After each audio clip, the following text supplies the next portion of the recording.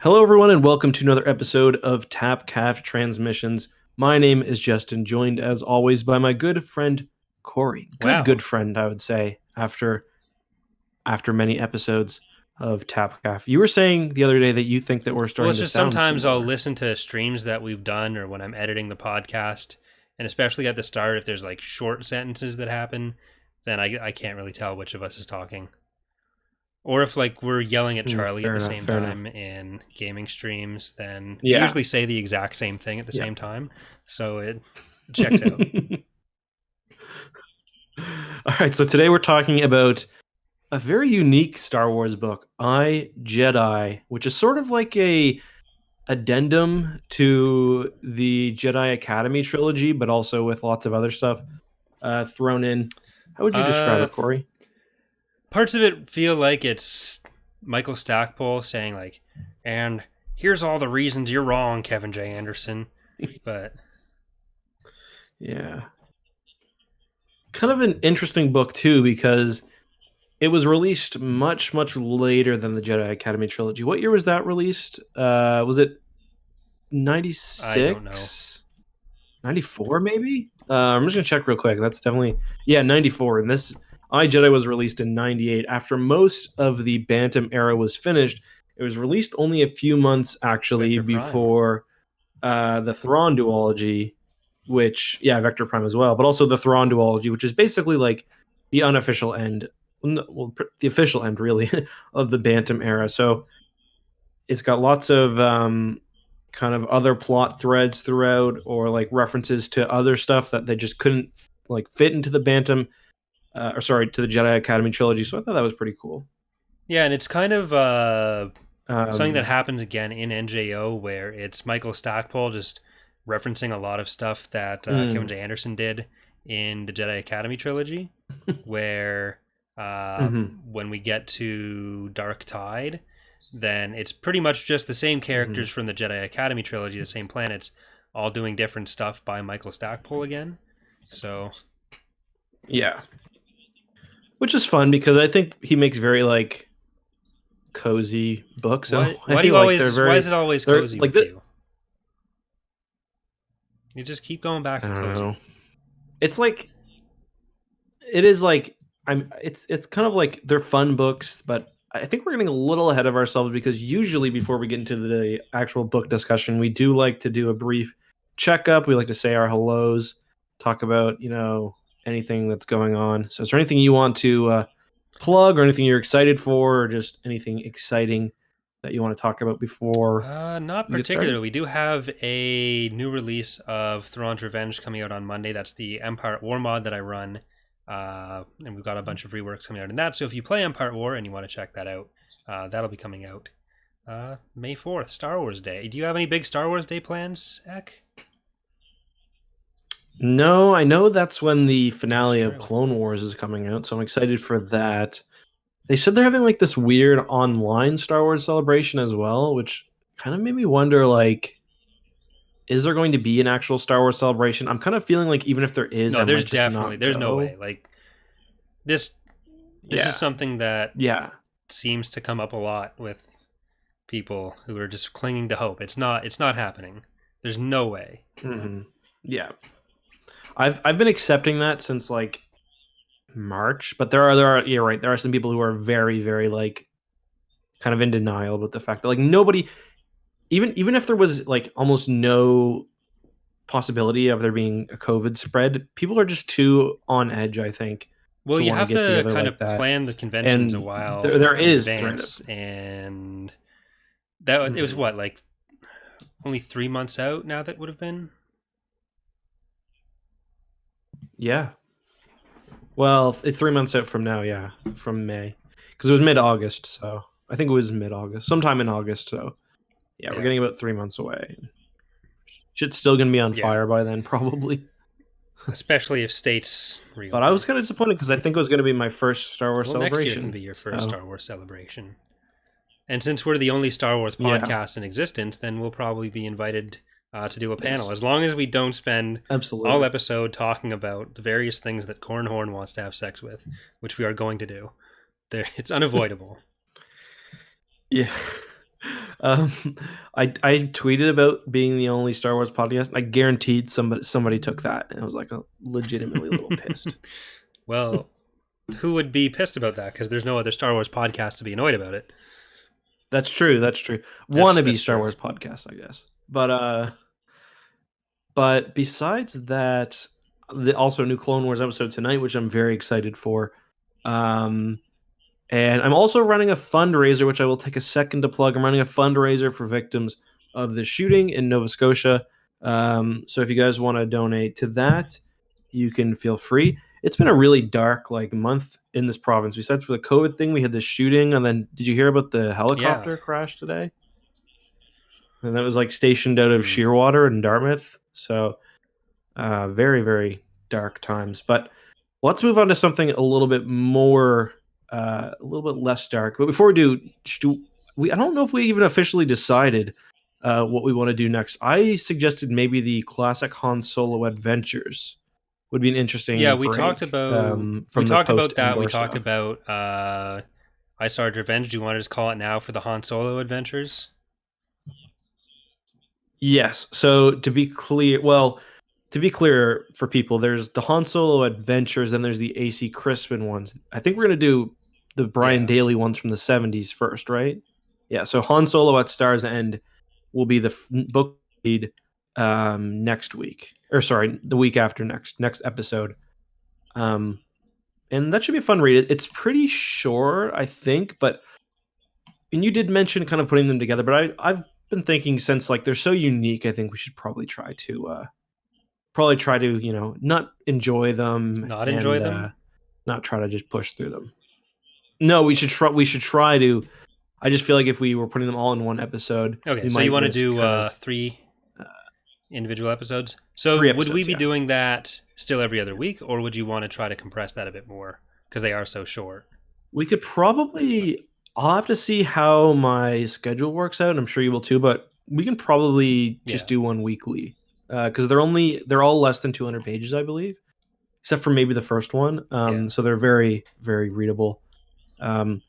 We were also mentioning, I think now is an interesting time to bring this up. We've been talking about taking the podcast weekly, and on off weeks, I guess. So we'll probably continue the bi-weekly book series, and then on off weeks, maybe we'll do a discussion of whatever's out that week. So whether it's a Clone Wars episode, probably not because we've only got 2 left. Whether it's a Clone Wars episode or The Mandalorian, or maybe a movie rewatch or something, it could just be fun to kind of get some different content in there. Yeah, there was actually an email that we got from Austin asking us about some of our thoughts from the Clone Wars episode. So we probably won't answer that email directly now, but we'll probably end up doing some sort of Clone Wars recap episode, or maybe a Mandalorian rewatch. There's a lot of different media like that we can put in. And there was another email about doing potentially an episode talking about Knights of the Old Republic. And so any kind of game recaps or other media discussions would probably fit into those every other week, kind of mixed in with the book discussions. But yeah. Right. So I was thinking about that. I guess there's a chance if we do if we do a Clone Wars recap, that might interfere with one of the Han Solo books, because there might be a break between this first one and the second one, maybe, but we'll see. Or alternatively, because it is I'm ending sure we'll on keep you guys Tuesday, we could do Clone Wars next week, and then week after that, then we're keeping the 2 weeks for the start of it. Gives us a bit more time. And yep, we really should be prepared, because that's a good idea. So as of now, we'll say next Thursday, or I guess it doesn't even really need to be Thursday. Yeah, Thursday. That's just sometime next week. The podcast is on Thursday. Don't ruin the brand. We'll say you Thursday. Should know this. Come on. Okay. Doesn't everyone call them Tapcaf Thursdays? Sometime. They do have Tapcaf Thursdays down at the local bar in celebration of my podcast. So thanks for inviting. No, you said our podcast. I said my local bar. In we usually don't. Yeah, podcast. Chat. This is important. He said my. Anyway, despite Corey being wrong, or maybe right, I'm not very good with memory, so you were probably right. But yeah, so we'll try to keep it to Thursday. next week we'll do a Clone Wars recap. Then we'll move on to Star's End, and then we'll see where it goes from there, I guess. All right. Yeah. All right. So cool. thanks for watching, everyone. Thanks for this. Yeah. See, we make the same lame jokes even. Yeah. Which we could definitely do if we started doing these shorter, because like we were talking about this kind of when you were streaming the other day. It's gonna be hard for us to like get a host midway through like NJO, for example. It's like, all right, what was going on in this war? Can you get me up to speed? I mean, spooky aliens who doesn't afraid of anything attacks the really galaxy. Alex is our Star Wars Explained is our only option for a guest throughout the entire NJO, which will take a year and a half to finish. So yeah. Anyway, so let's move on and talk about iJedi. We mentioned this book is really unique because it's really it's kind of funny.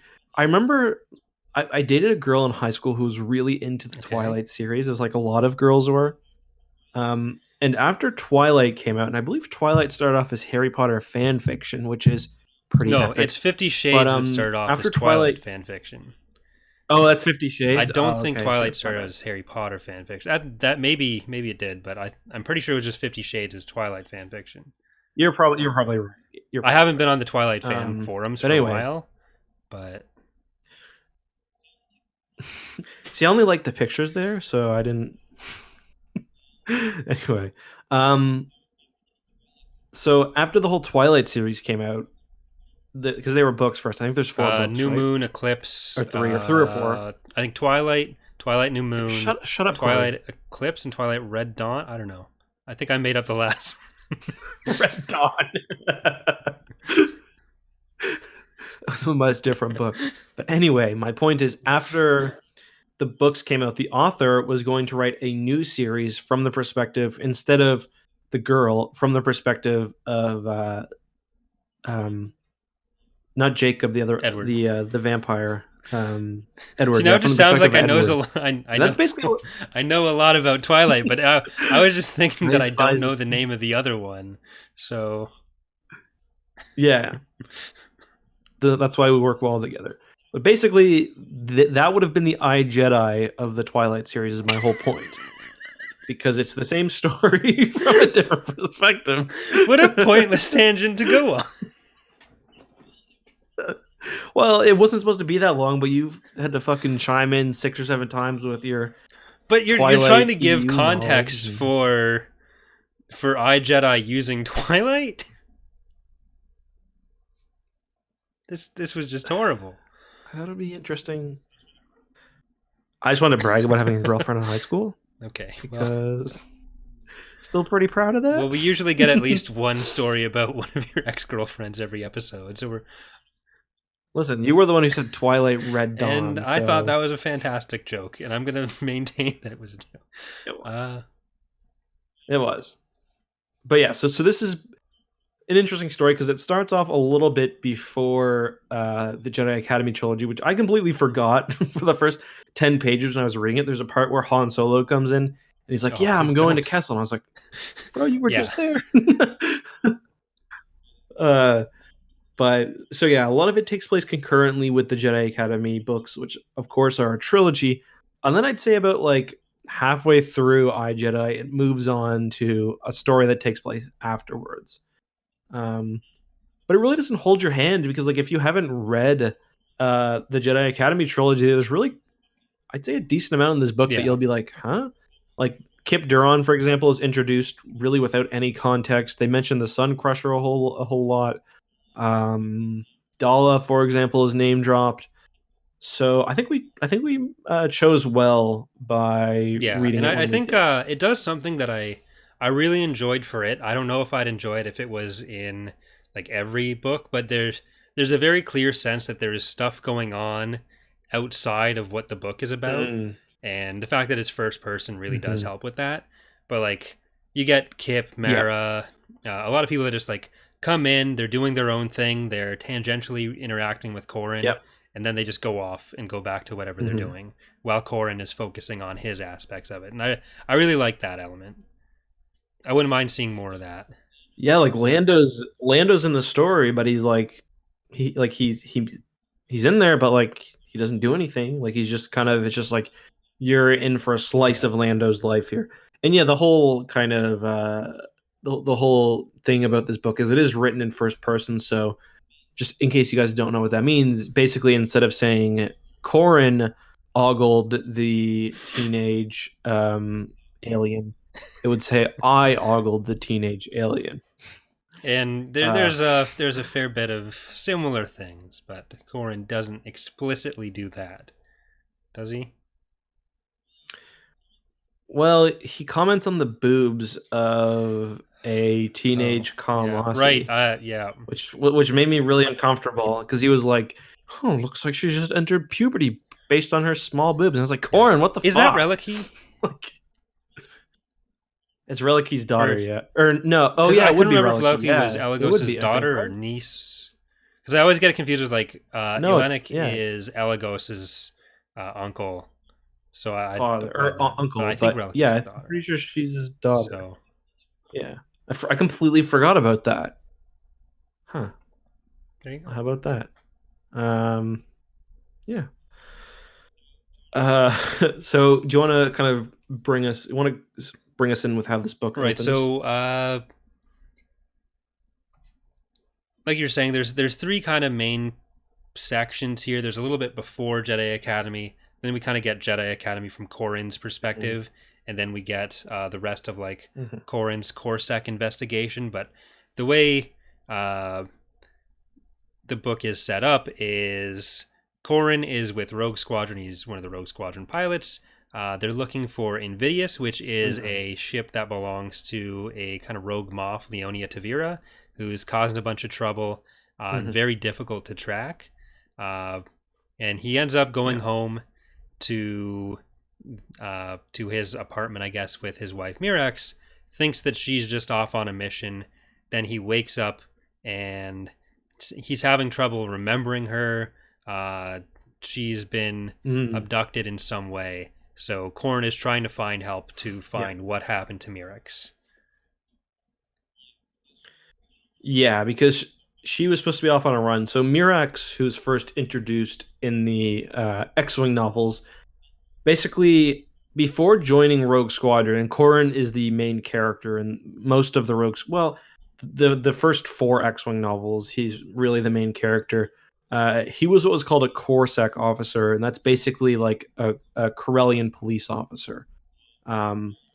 And while on Corellian, while working for Corsec, he witnesses his father die. There's lots of drama there, but he also hunted, pirates and gang members and stuff. And one of them was a man named Booster Tarek, another very famous Star Wars Legends character. Very famous. I get questions about him from my parents all the time.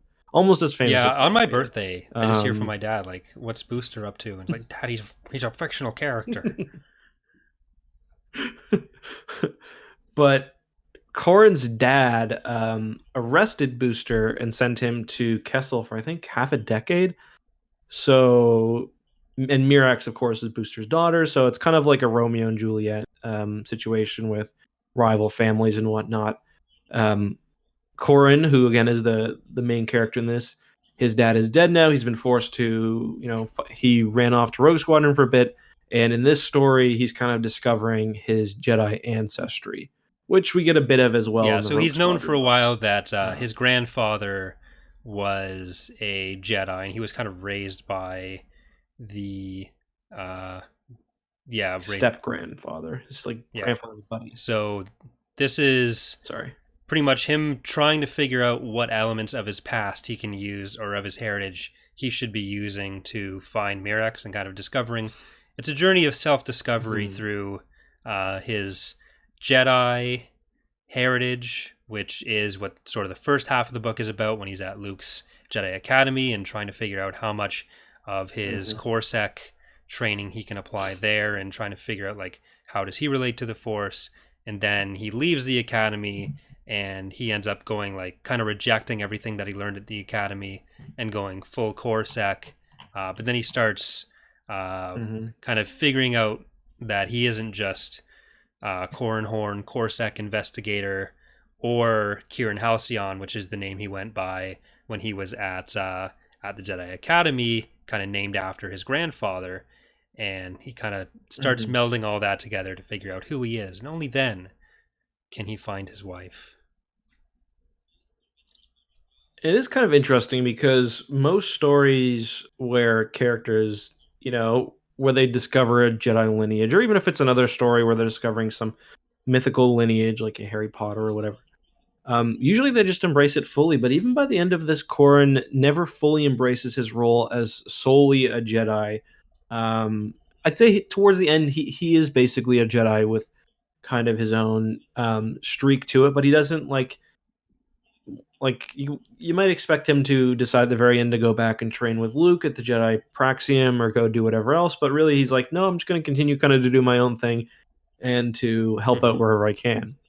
And one thing that you guys have to remember is that this book was written before the Phantom Menace even came out, so the idea of what a Jedi was much much different. And in this story, especially, but also in the X-Wing novels, we learn about Corellian Jedi and their different sects of Jedi. And Corellian Jedi, for example, they typically didn't really leave the Corellian system very much. Corran's grandfather, for example, worked really closely with Corran's biological grandfather, the Jedi, worked very closely with Corran's step grandfather, who was a Corsac agent. Um, so definitely much different than what we end up seeing in the prequels. Um, and yeah, I guess that's something you kind of got to keep in your mind when you read Yeah, this. it's something that a lot of the Bantam era books and even a bit into Del Rey, uh, what they usually did with the Jedi is kind of just talk about how it was like all the records were destroyed by the Empire and it's all shrouded in mystery and everything because like literally no one knew because the prequels hadn't come out yet. Even Yeah. NJO, which was coming out alongside the prequels, like episode one came out around the same time that the first NJO books come out, and by the time Mhm. Attack of the Clones came out, the series was just finishing, and none of the authors knew what was going on there. So there was a lot of like the Jedi trying to figure out what the old Jedi Order was because the authors were still trying to figure out what the old Jedi Order was. Right, I because you did. asked Troy Denning I about that, right, on Twitter, uh, and what did he say? You basically asked what he knew about. Was it Revenge yeah. of So the I was Sith? asking because I'm doing my own just reread of NJO while isolating, and there's a lot of stuff that kind of parallels with some of the Jedi's role in the Clone Wars. So I was wondering, since they were coming out around the same time, if this was something that the authors had planned or if it was just kind of a coincidence. And so I tweeted at Troy Denning, who is an author who wrote one of the books in NJO, Star by Star, as well as a lot of the books that take place after the New Jedi Order or Yuuzhan Vong War. And what he said Mhm. was that he's 100% confident that at the time, the only information that he at least had, and presumably the other authors, was what was publicly available. So anything that they were planning was just based Mhm. on Phantom Menace at that point. Yeah, I believe that too because after the prequels did fully release, you get like Yeah. the Swarm War, and they very heavily addressed stuff like that. Like there was no other book that talked about Luke's mother. Well, there was that we do get some stuff about that later on, but Luke's real mother is only really mentioned in the Swarm War and beyond. And it's like when they had that book, that's like okay, all this shit's finally been unlocked, and there's like a whole plot about Luke literally.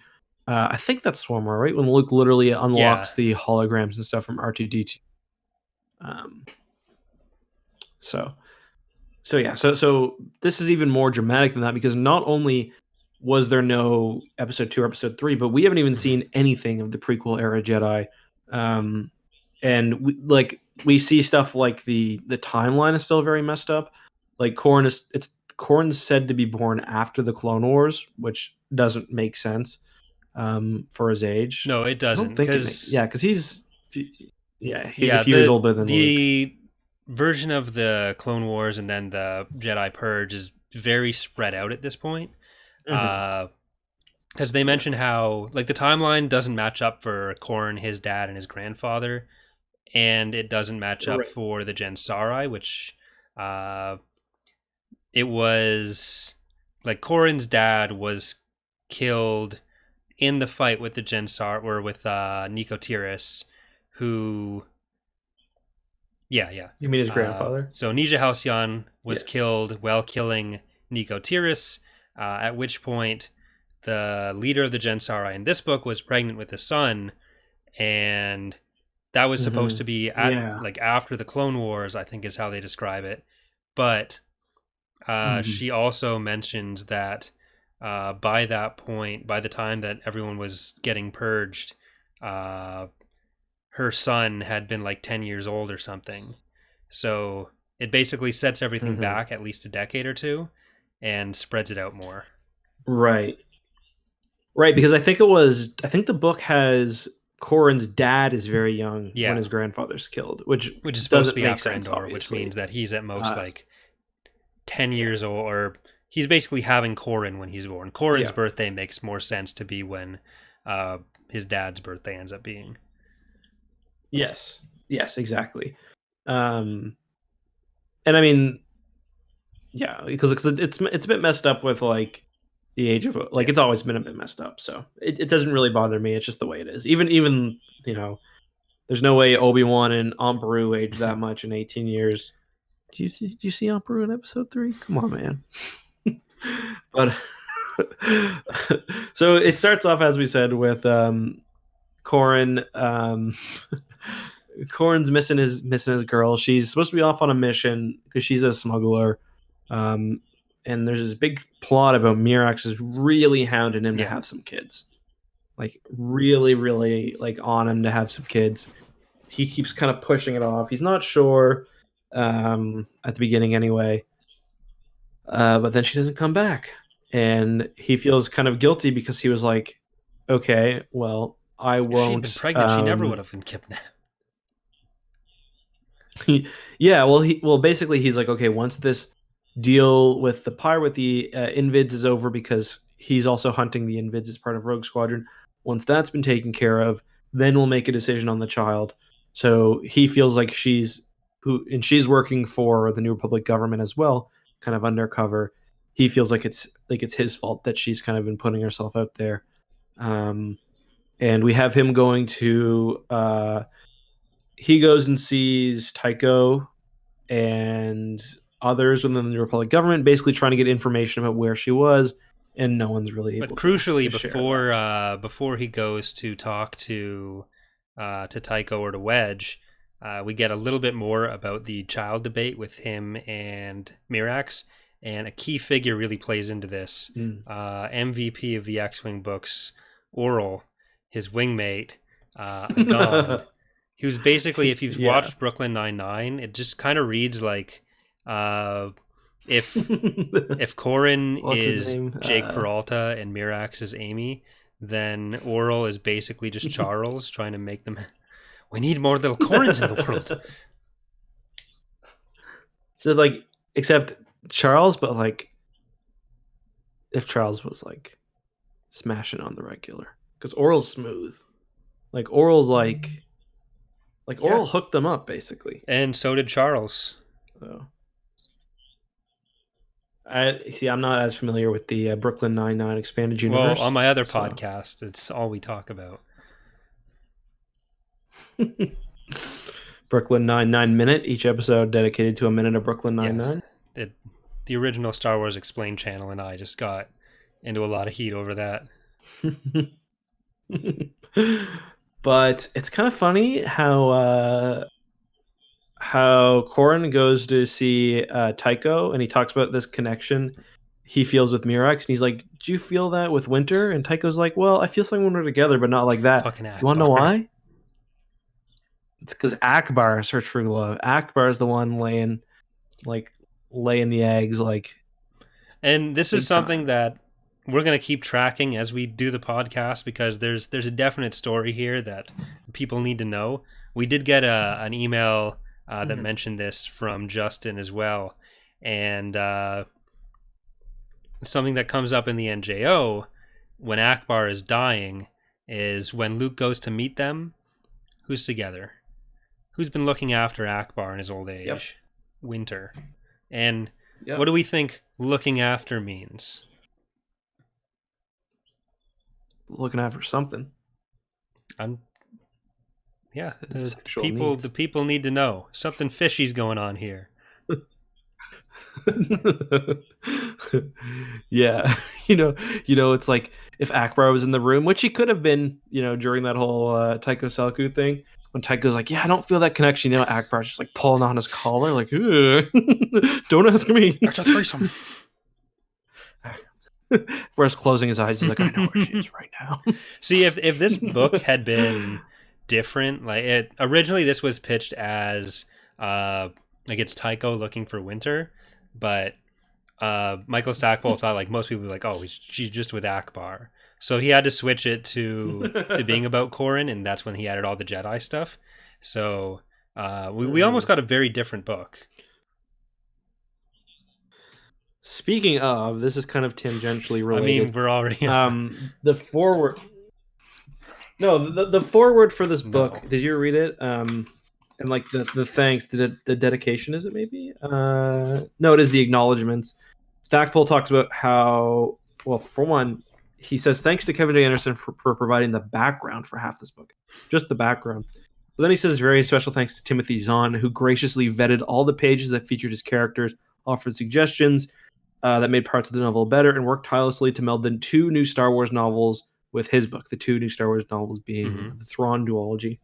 So we see not only noted revisionist Michael Stackpole jumping in here, but also even more noted revisionist Timothy Zahn, and if you notice, this is like the beginning of him starting to right the wrong of the Lando and Mara love scene thing, because it establishes in this book that they're just working together. Whereas Corellian Trilogy, I think I think it's Children of the Jedi. Oh, is yeah, where because Corellian Trilogy is when Lando is getting married. It's much later. But yeah. Yes, but it's like in the next one, Luke calls aren't and they they're like together. So getting dressed or something?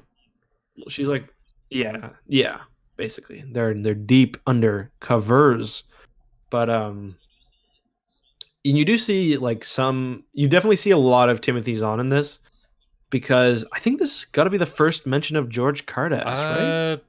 Not or I don't think it's the first mention of him, but because he's not actually mentioned in the Thrawn trilogy, right? Wait, and Outbound Flight came out much later. And is he mentioned in the Thrawn trilogy as later, like the person that Card inherited his organization from? Because I know that's what it turned into later, at least, but I don't know if he was always mentioned as that. Let me just see. I'm kind of curious now. Let me just check. I don't think is Outbound Flight, Scoundrels, Choices of One, I, Jedi, Spectre of the Past, Vision of the Future. No, so he's not mentioned in any of the Thrawn trilogy books. So this would have been, I think, his first appearance is listed as Spectre of the Past. So I think this technically would have been the first time he was mentioned. Noted Thrawn best friend, George Cardass. Yes. The OG Gilad Pelion / Eli Vanto. Yes. Also, I feel like if Timothy Zahn hadn't been involved, we wouldn't have got Elagos Akla. Yeah, probably not, because the whole Kamasi thing, and the fact that there was the Kamasi remnant in the first place. So it's some good setup. Yeah, and we get direct reference to like the firebombing and stuff. Yeah, definitely like to see them working together like that. Which is kind of a hint of what's to come with it. Of course, it does end up like... Yes. It really wasn't that much. And it does kind of... No. But we do start to see a little bit of authors kind of stepping on each other's toes. Not that that's anything new, but like, we get that with a lot with the Thrawn duology as well, and like Dark Empire and stuff. So just prepare yourselves. But I guess the first real third, or even the first half of this book, is really so Corran decides that he needs to track Mirax down, and the best way to do this is to spend like 10 weeks at Luke's Jedi Praxium, which Luke is also just founding. I feel like Corran takes a very like lackadaisical like approach to tracking his wife down. Well, he goes into there's two meetings that he kind of barges in on. The first is with Tycho and Aaron Kraken, and Kraken kind of knows something about where the where Mirex is, or at least where Tavira is, and just won't tell him. So then Corran decides, I'm going to go to like the ruling council, the chief of state, to try to get approval for me to find out this information. And he barges in on a meeting between Wedge and Han, as Han's about to like head off to his Kessel adventures from Jedi Academy, which you alluded to earlier. But everyone's like, no, come on. So he eventually just decides, okay, I'm going to go undercover at Luke's Jedi Academy, learn about the Force, and then maybe I can find her. Yeah, because he kind of wants to focus on this brief link. I guess he wants, because right before she kind of goes MIA, she kind of puts out like a call for help, kind of. And yeah, he feels like he can maybe use that connection to really track her down. Luke, when he's talking to Luke initially before they head off to the academy, Luke does his little knock on your mind thing to see what happens, and he describes it as like a wound in the Force almost, or a psychic wound for him, but it kind of feels to me like the whole wound in the Force thing from KOTOR 2 on a smaller scale. I just want to say Luke doesn't give a fuck about whether he finds Mirex or not at this point. It's like Wedge or somebody suggests it, and Luke's like, yeah, come to the Luke in this book academy. is just terrible at literally everything. Yeah. Luke's described, like, the way Luke is portrayed is honestly like the kid at school who like thinks he's good at like soccer or something. So everyone just like, it's like, yeah, man, you're great at it. But then it's just like a real weight on you. And it's just he's like a more positive version of there's no difference between good things and bad, you imbecile, you absolute fucking moron meme. Yeah. It's like they go to the Jedi Academy and Exar Kun, we just talked about this for 3 months, so we won't probably get too deep into it. But like Exar Kun is messing everything up, and Corran's like, do you think we should do something about that? It's like, what do you mean? Do something about what? Yeah, because Luke. Okay, so first of all, Luke doesn't realize that Exar Kun's doing anything. He's just a little mad. Like, he's just really advancing the Force and not having a great time. And Corran's like, like, I don't know. And then later Gantoris literally explodes, and Luke's like, watch out for the dark side. He was probably just really mad when he exploded. Corran's like, people probably shouldn't be exploding. There's there's like 3 or 4 conversations that Corran has with Luke where he's just like walking Luke through the most basic just logic, like, I know. Well, where did he learn to get a lightsaber? Like, you and Cam have lightsabers. Like, no, you know where those came. Yes, we brought them. So, did you teach him how to make a lightsaber? No. Did I teach him how to make a lightsaber? No. Where did he get a lightsaber? He has a lightsaber. Like, no, Luke. Something horrible is going on. Yeah, like, I mean, Luke was pretty terrible about it all in the Jedi Academy trilogy, but this just takes it to a whole nother level. It's like, after, like, Gantoris fights Luke, Luke's just like, he sure is angry, and Kip's like, hey, make sure he gets that lightsaber back. And the other thing about Luke, too, is he's got all these students at the Academy. He focuses on one person at any given time. Like when Gantoris is there, basically Kip talks about how like Luke is just teaching Gantoris one-on-one, and then Cam Solusar is basically teaching everyone else. Same thing when Mara shows up. Same thing when Kip shows up. So it's like, not only is Luke a shitty teacher, but like he's playing favorites, like, and they always explode. Doesn't treat all the students. Yeah. We also see Brachus in, which is, I completely forgot that he was in this book. That was kind of a nice surprise. Brachus ends up being this, he goes to the dark side as well. And you get some hints at that in this, but he's kind of like the big bad in the Young Jedi Knights trilogy, or Shadow. a subsection of the Young Jedi Knights stuff, where he's running a thing called the Shadow Yeah. Academy, where in the space of Shadow like 6 Academy. months he trains up about 3 trillion dark Jedi, is what it seemed like. Yeah. Yeah, and kidnaps like Jaina and Jason and shit. Yeah. Fun books. I'm excited to read those. But yeah, so he was already. I forget. Is Cam Solisar one of the Jedi In the what?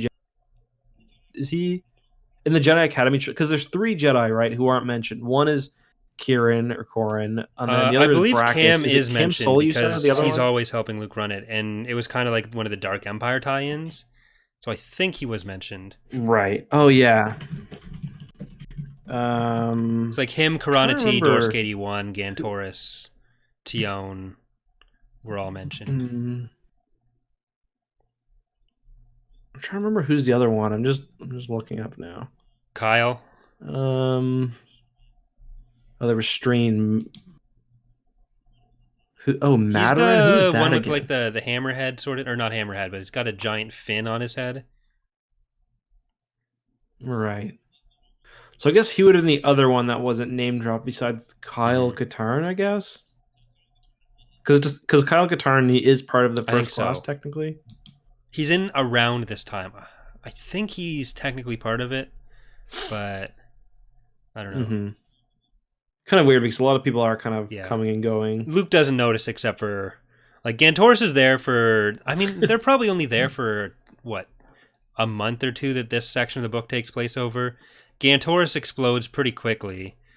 Kip is there for a week. They're there for 10 weeks. About, I would guess. Well, the 10 weeks between.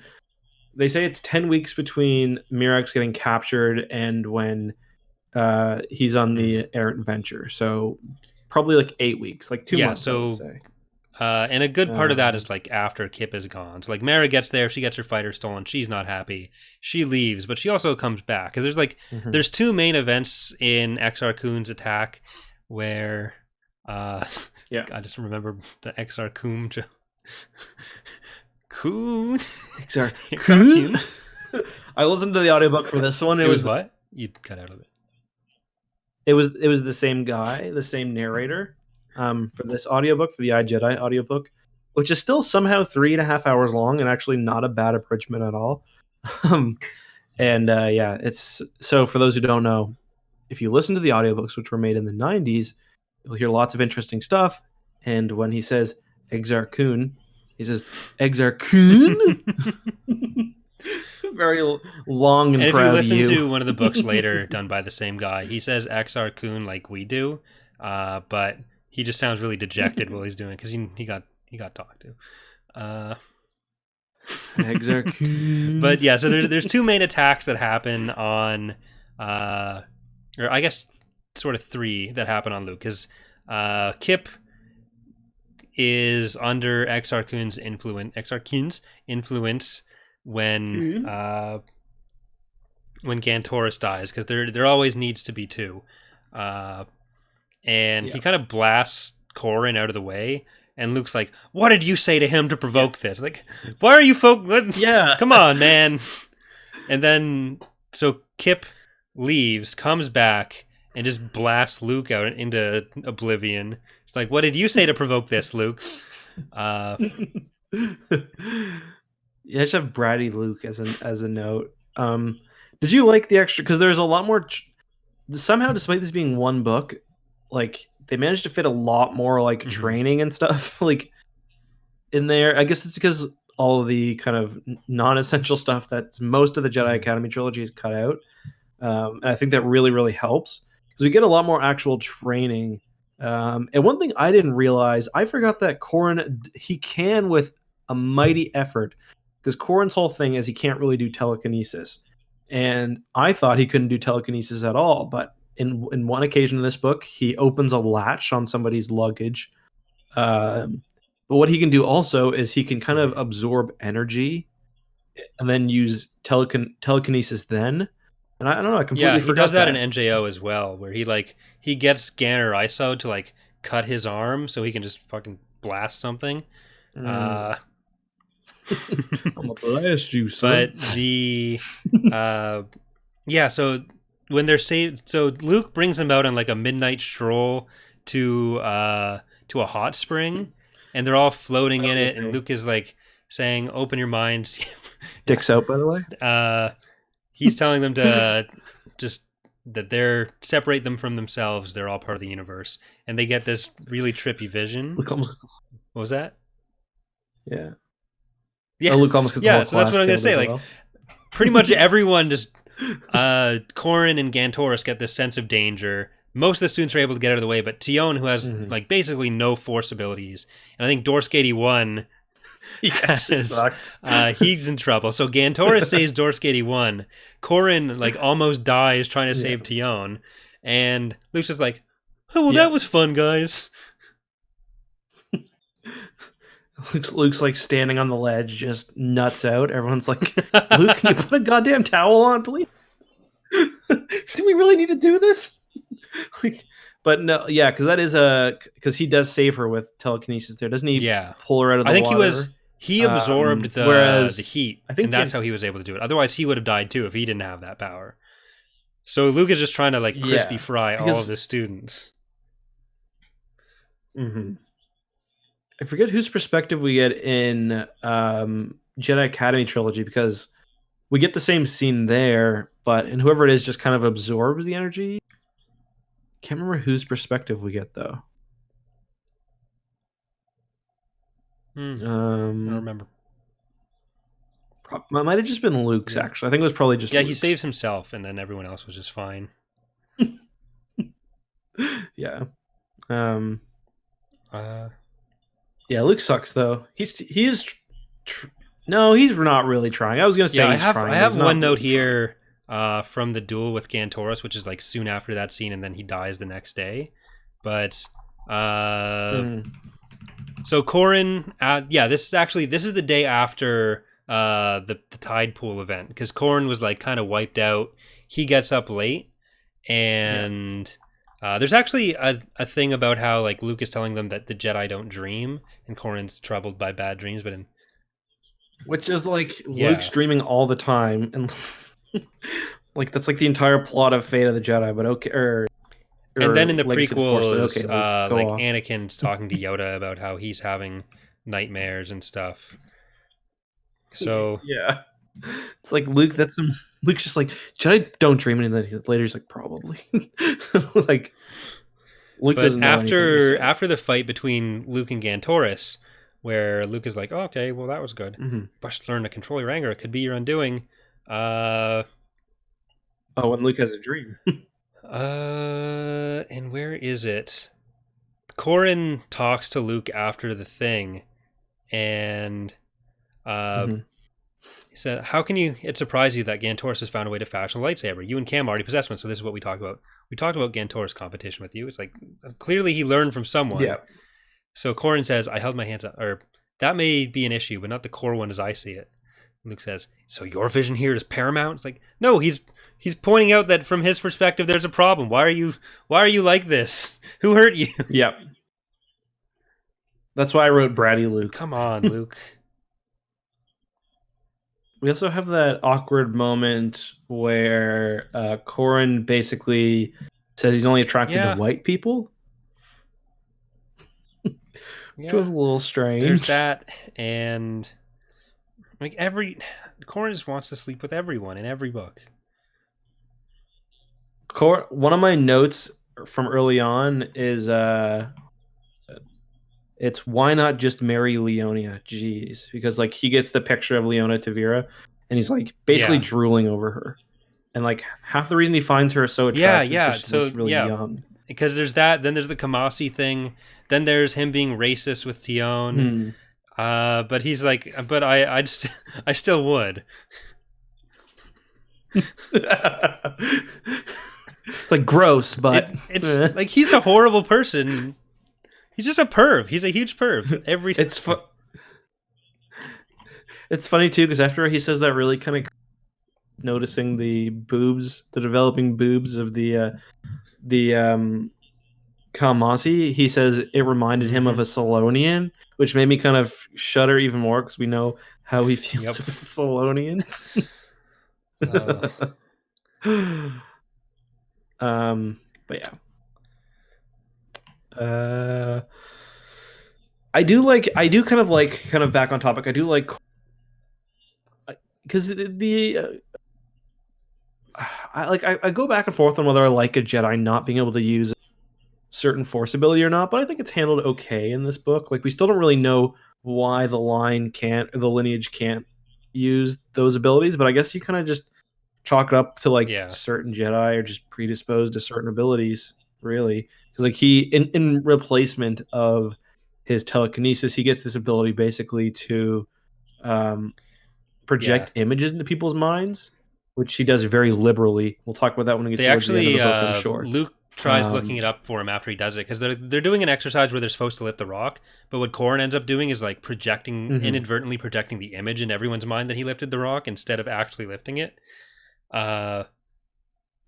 So Luke's like, I'm on Wikipedia. What it actually reads to me more like it's like, okay, so this is a power called Alter Mind. So it's like he opened up the Wizard of the Coast Star Wars D&D handbook. Like, okay, so he spec 2 points into Alter Mind. He's gonna roll 2d6 and make sure to practice your int in your dex. Don't act like you understand tabletop role playing games. Listen, I've played KOTOR. I understand it. And other video games. I do like too how when Ninja gets he basically sucks up when he's being attacked by the Dark Jedi. He basically sucks up the lightsaber. Kind of reminded me of that scene from the Old Republic trailer, where what's her name sucks up the lightsaber, like getting jabbed at her. Satele. Yeah. So it's kind of jumping ahead, cool. But like the vision that Corran gets there, and like the scene when it's replayed by Elagos, that to me felt, I don't know if you ever watched Game of Thrones, but it felt very like what was the scene called? Where the face gets smashed? When Jon Snow, like when Ned Stark and his buddies are all rolling up on Rhaegar's castle when they find Jon, that just kind of felt like that to me. Yeah, because it's kind of like a standoff. Sun Tower or something. I don't know. Yeah, the Sun Tower. Yeah. I see. I've only watched up to where the books got, and then I stopped. But I remember that from the books. It kind of reminded me of like the fight where the mountain like crushes that, or is it the mountain or the mountain's brother? One of them crushes that guy's head because he has him beaten, right? And then it's just like the last moment, just like really gruesome death, because he like basically describes him as like picking him up in a giant fist, just like crushing all of his bones, which is like probably the other cool guy that Dorian Martell, was that? It was someone Martell. I can't remember. Like I've been so long since I read them, and I never but yeah, interesting. Force ability is kind of cool too. Like, and I do find it funny how like back there's like some things that you got in the old EU of this era didn't get, that you don't get now. Like all Darksiders exploding into blue lightning. Yeah, I had a note about that. You get that back then, but it's not a thing now. And all Jedi disappearing immediately upon death. That happens in NJO as well. Still. Yeah. Which is understandable, because they were just going off of like the only Jedi. Well, I guess Qui-Gon doesn't disappear. Well, I guess that was before Qui-Gon. Yeah. But like Yoda disappears and Obi-Wan disappears. So like, and Vader presumably disappeared. I guess we don't really know. But so by this point, all the Jedi that died did disappear. So it's kind of an understandable. And I think it's in the episode 2 or 3 novelization where I think Yoda is like talking to Obi-Wan, like, I communed with our friend Qui-Gon and he showed me the secret to that. Yeah, it's right at the end of episode 3. But which I think would have been cool in the movie if they could have, like, maybe not have that, but if they somehow had like Qui-Gon appear for just a second, like at the end of the episode 3 movie, just like as a bit of hope. I think that would have been cool. Shaking his head at Anakin. Because I remember reading everyone. Shaking my goddamn head. Is it in the movie? You were the chosen one. Qui-Gon, like, you're right, you know. No, I mean, like, no. In I the mean novelization, the conversation where Yoda says that. Is that actually in the movie? there is a bit where he's like, I've communed with an old friend. I think that line is basically, but there's more to it in the novelization. Because Obi-Wan goes, Qui-Gon? And Yoda's like, yeah, bitch. Then he rolls a blunt. Yeah, rolls a big fat doob. He's like, take much of this to Dagobah, I will.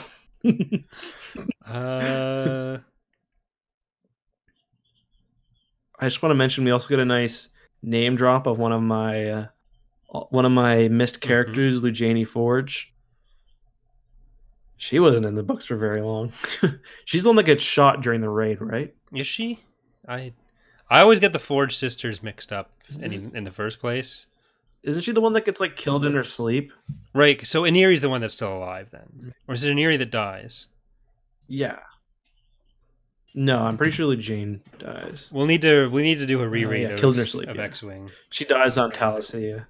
That's the thing about X-Wing. It throws so many names at you that like I forget so much about it. I'm just like, I know Oral, like I know Tycho and Wedge. Like I'm pretty much good. We also get Gavin name dropped, which was nice because I do Gavin's like Gavin in a dog fight with him later on. Mm-hmm. I actually love that scene. I thought it was really cool. I guess we'll get to that in a bit. What else do you want to talk about the Academy? So the whole Jedi Academy stuff. I really enjoyed this section though because we actually get like a slice of life. I mean, that's kind of what I really like about this book. It's like basically 2 or 3 different slices of life. Like you feel the time when he's on, because a lot of these big like spanning books, like even the Jedi Academy Trilogy or the Thrawn Trilogy or whatever, they cover so much like time. Like the Thrawn Trilogy is what, like 6 months in total, or longer, and like same with. But in this book, it's a lot of time, but like you're just seeing a lot of day to day.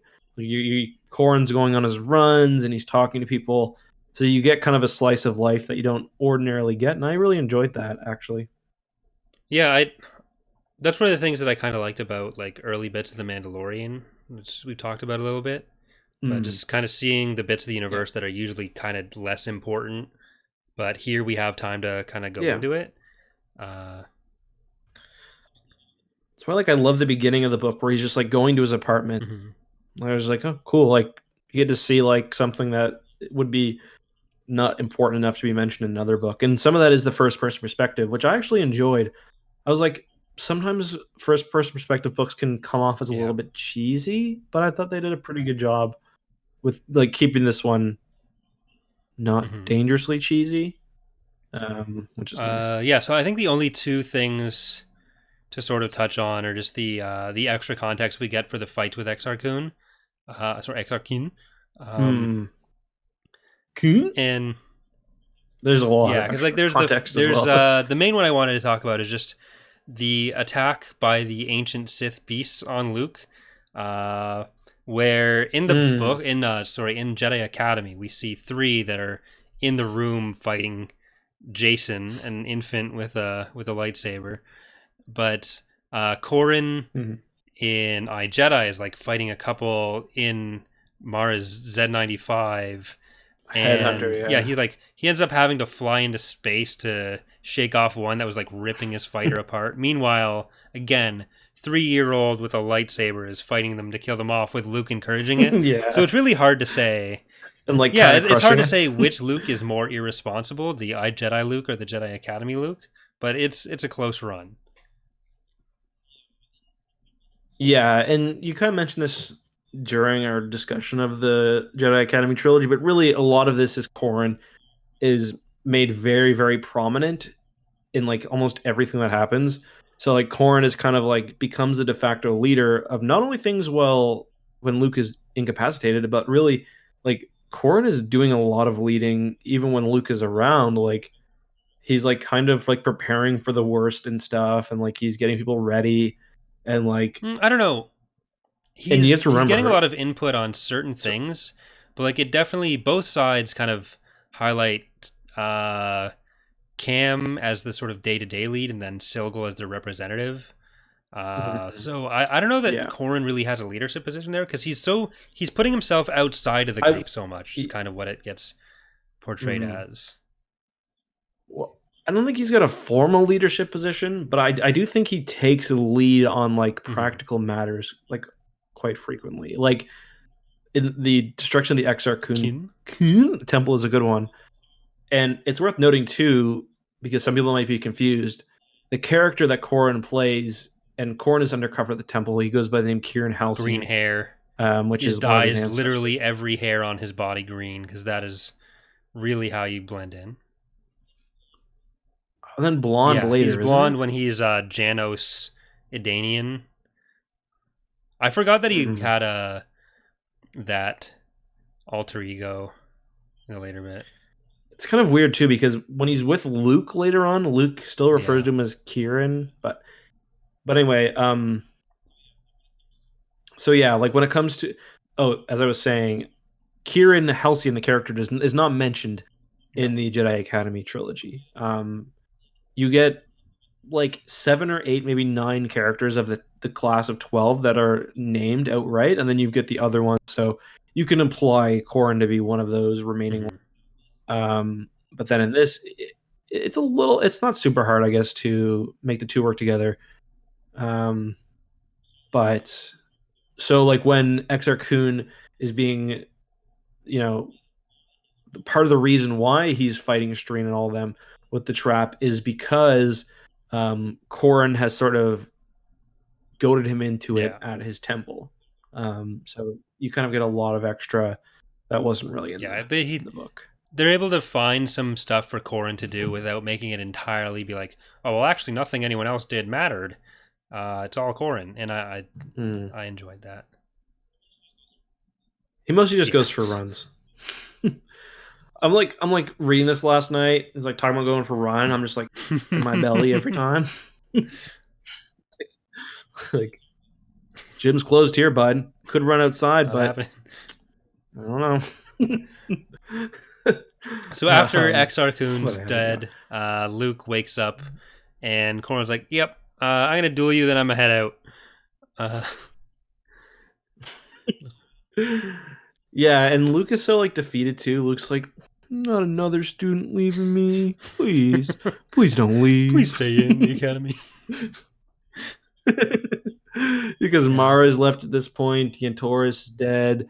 Kip, to be fair, is back. And I do like how Corran, who is very, law and order minded, is like kind of not epic Yeah, that Kip's still here. and he's got some good points. Like if Kip was Yeah. under Exar Kun's control and not influence, he probably would have just killed Luke outright. Uh, Which is a great point, yeah. And he and didn't. like they kind of come to the conclusion at the end is like, okay, well actually it's condemning Kip to a life of servitude in the Jedi. Uh, It's like being a Jedi is kind of pretty yeah, epic though. but So Corran like, and Kip tend to be on the opposite sides of the order for like the rest of Legends, where they're representing kind of different schools of thought. Where Kip is basically the Jedi need to take action. We need to go and we need to right every wrong. And really, just the fact that we're Jedi should mean people are listening to us. And Corran is like, no, we need to kind of determine what's the best path for the Jedi. We can help people, but we don't want to put ourselves in a position of power. yeah. We don't want to be like these vigilantes going around unrestricted in the rest of the galaxy. If only he didn't spend the next half of this book doing that. But there was one Yeah. other point I wanted to talk about with when he's in the temple luring Exar Kun out or whatever, and Mara just shows up, didn't even check on. He's like, "What's going on, Corran?" But also, I guess she sensed it. Mara Kind of or weird. Exar Kun is like projecting images of Mirax and his mom, and being like, Mirax is saying, "You couldn't save me," and his mom's like, "He never cared if I died either." It's like he's got a fair point there. You've never come up before. Yeah. Like I don't even know. I Yeah. didn't even know you were dead until this point. So. uh, yeah. What was I gonna say? I do like when Corran sees the Solo twins. He's like, okay, I kind of get the whole wanting to have kids thing. It talks about how like the twins are being like once the twins are born and like of course they're super famous. It's like birth rates in the galaxy Everyone's naming their spiked. kids Jason and Jaina. It must get really old. Well, that's what I'd name my kids. So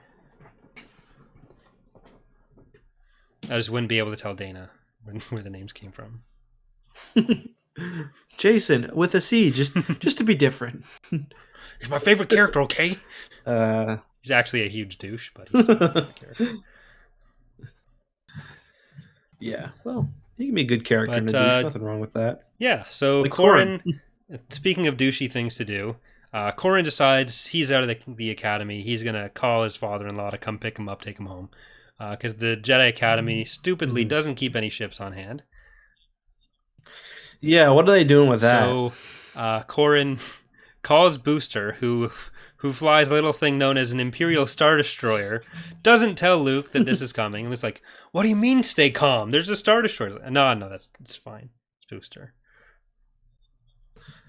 I love the bit we get of the air adventure as well, because we learn about the different levels. There's basically like a slum. There's like a high class and a mid class level. That was pretty cool. It's like talking about how there's like construction efforts to like connect them all. Yeah. That was pretty cool. You get like going through the stores, and you get like the thing you were saying earlier about Lando being there in Mara, but that's the second time he's on there, but still. Yeah, I do want to mention too. There's one thing that I had a note on that I didn't. It talks about the holocron having different gatekeepers. It says auxiliary holocron gatekeepers. So I guess there's more than just. Well, if he's on his lunch break when that's happening, like you can't just expect the guy to come through and answer every question. That'd be stupid. That's true. But yeah, I don't know if we've ever had mention of that. I thought it was kind of interesting.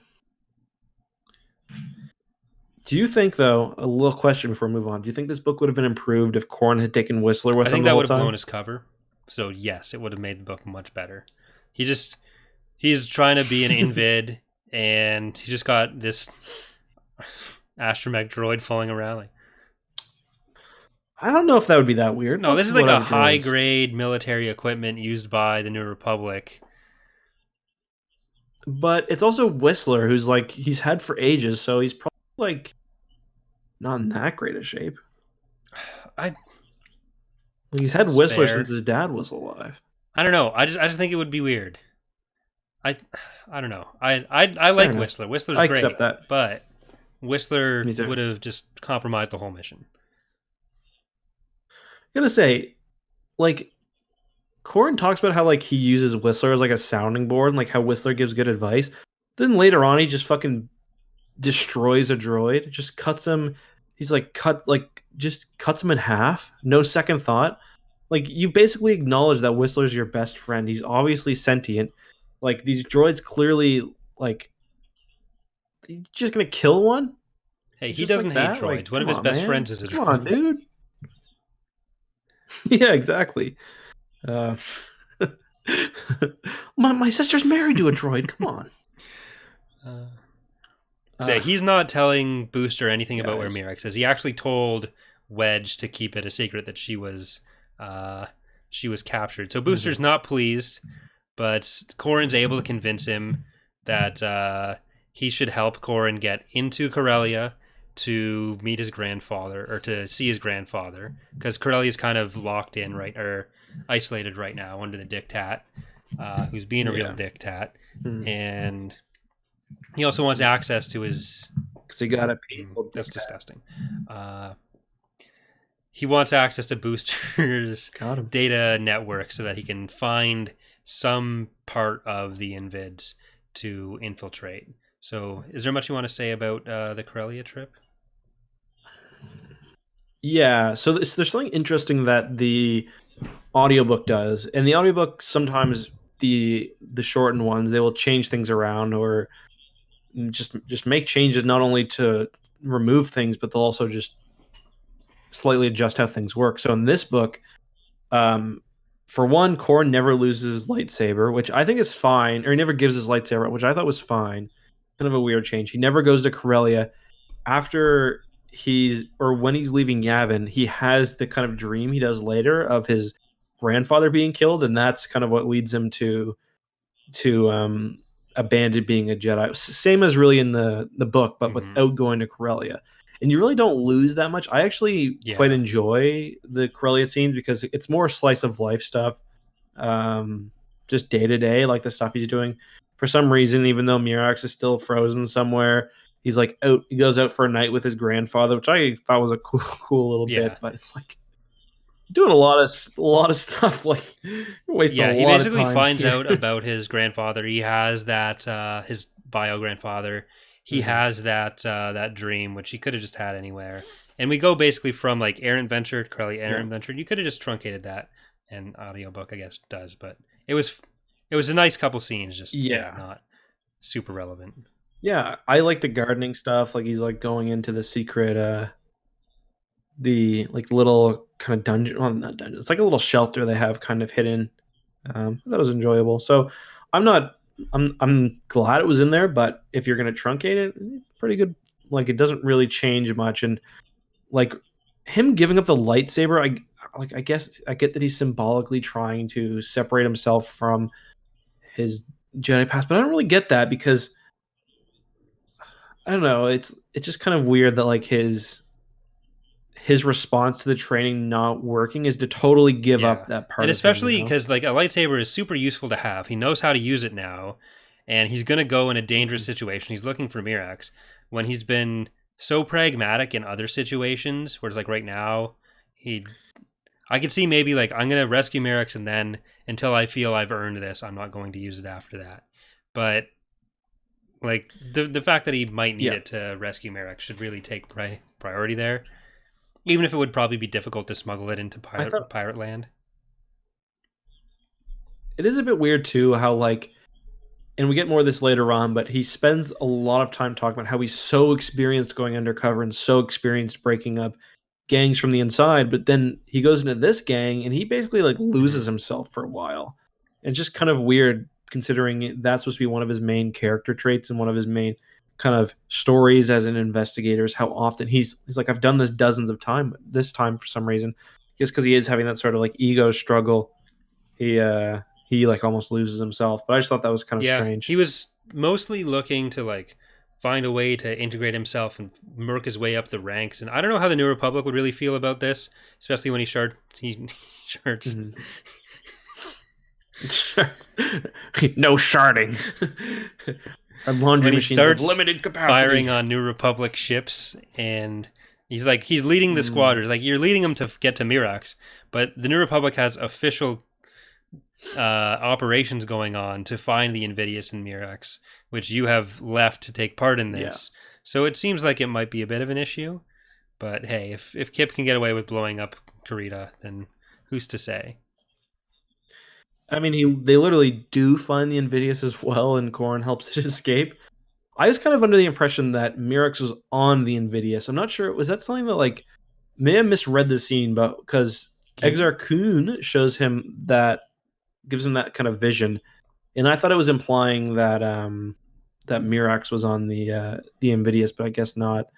It's unclear if she was kept at like a base on Susefvi, or if she was on Invidious the whole time. Because like it's the Gensari that wanted to lure Corran to them. So it could have gone either way there. She's probably on planet the whole time. Yeah. Because she was on the Invidious when they got her. She's probably there the whole time, actually. But he joins Rock Squadron, wants to show that he rocks. Meets a new nemesis for a few chapters named Remart, who's like the biggest asshole. Basically tries to rape that Algos Akla's daughter, which is pretty dark. So Corran goes under. So basically, he goes undercover with, or not really the Invids, kind of like this. Quimani survivors. They're basically like a pirate gang, but they're like kind of it's weird because so Corran gets into this pirate gang, which is sort of working for the Invids, which are like this larger pirate gang, but also have ex-imps in them. And Corran is like doing a really good job of like keeping them from killing people and things like that. And most of the pirates are kind of okay with that, which I guess is fine. They're pirates. They're cool at stealing, but I guess just generally they're not like monsters. Except for Remart. And we get more of that towards Remart.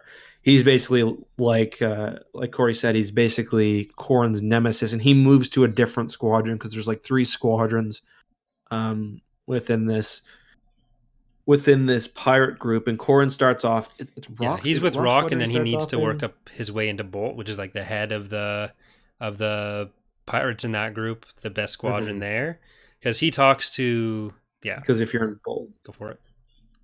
Yeah, if you're in Bolt, you can get moved onto the Invidious, and he believes that's how he can find. Yeah, he's told by his new friend in the pirates, Kate, who is a Shistavanian. Yeah, she was a fun character. That the only way, like the 2 ways to get onto the Invidious are becoming like a high-ranking Bolt squadron member that takes the notice of Tavira, or to basically become one of Tavira's many concubines.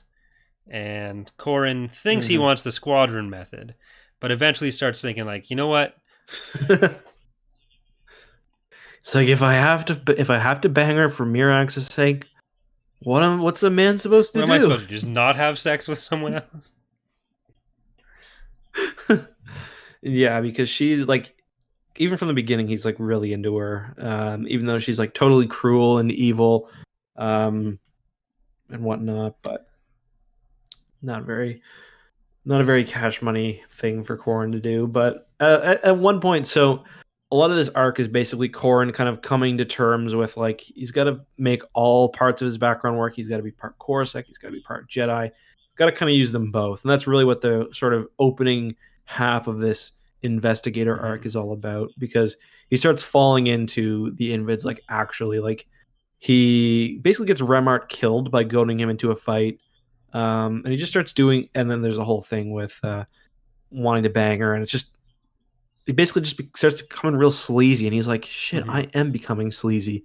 And then he meets Eligos Akla, who it becomes a character in other books, and then eventually dies in the NJO, unfortunately. Then gets a Star Destroyer named after him for some reason. Eligos, yeah. Eligos kind of helps set him straight, which is a very I love Eligos. He's a great character. Corran doesn't deserve his friends. No, he does. But yeah, so he's kind of struggling to move up the ranks. They finally do a raid on Zophel, which is where they come up against Rogue Squadron, and that's where he takes Tavira's attention, and she kind of moves him up to Bolt Squadron leader, moves the former leader up into her staff, and after that, that's when he's working directly with Remart, who at first Remart's pissed off, but then Remart becomes one of Tavira's sex buddies, and Remart's like, oh, everything's fine between us now. But then he tries to kill the Kamasi, and Corran's like, no, that's not very cash money. Not going to let that happen. Yeah, so when they're for those who don't know, the Kamasi are like really, really unfortunate for them in the galaxy. They're basically this really well-loved race. And he talks about in the book how like many species have used the word Kamasi to refer to like as like a friend or like a trusted person. And the planet was bombed by the Empire. And that's kind of what the Thrawn duology is largely about. It's like who put down the shields on Kamaz. It was some Bothans, and there's like a big Bothans suck generally. So there's big controversy brewing. And then, of course, the Kamasi are moving across the galaxy. Of course, lots of them settle on Alderaan right before it's destroyed. But others are settling on different planets, and these pirates are raiding one of these planets, one of these new kind of Kamasi colonies, and they just want supplies. But of course, they get down to the planet's surface, and Remart has killed a few. There's also slavers there too, and they kill the slavers, and then they get down to the planet's surface, and Remart is about to kill Eligos Akla, and Corran's like, you can't do that. He's my slave now.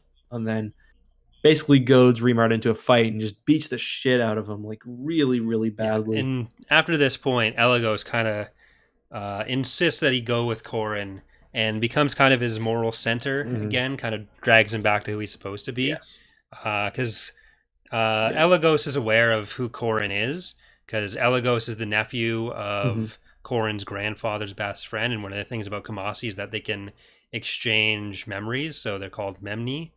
They can do that with each other, but they can also do it with the. They can do it with the. My memory's not so good. They can also do it with Jedi. Yeah, and Elagos's uncle, as we mentioned, was also a Jedi and was the one serving with Corran's grandfather. So there's quite a connection there. Yeah, and then once Elagos really gets it, it helps Corran get his shit together. One thing I did want to mention before we get onto that kind of latter half of this arc is I do really like the scene where he's fighting Rogue Squadron. It's similar to when remember when they go undercover in the other Rogue Squadron books? Is that Corran who goes undercover? And I remember there's like kind of the same thing. For it's like the Coruscant raid or for Coruscant capture. No, remember. I can't remember. Is it the Wraith Squadron books where one of them goes undercover with one of the Imperials? I can't even remember now. Remember they have the when they're doing the pirates. When they're I think it's when they're hacking the. Is it when they're? So Face is trying to be because they're tracking the captain. Yes. Yes, right. Because they steal like TIE interceptors, don't they? And then they make their way into the group. Well, they end up with because there's kind of a similar thing. It's like, and then Face is trying to pretend to be Derillian every time Zinch calls. Right, because it's kind of like the same thing. It's like you're fighting your own guys. It's like how do you kind of but I also like how Corran by this point is like fully force sensitive. We see him kind of expand his insights and whatnot throughout. And I really like how he talks about like he talks about like I can't remember who it's first. I guess it's Oral. He sees Oral's perspective, and then later it's Tycho, and it's like he like has so much more respect for Wedge and Tycho because they're like their minds are just incredible. Like he's got the Force, which he leans on, but he's like Tycho is out there. He's just like crushing it on his own. Same with Wedge. He says even though Wedge isn't in the battle, he's like got a lot more respect for how they operate, which I thought was cool. And he's like, "Oh, Oral must have been holding back when he's flying with me because he's so good." Yeah, which that would be a very Oral thing to do. Bro.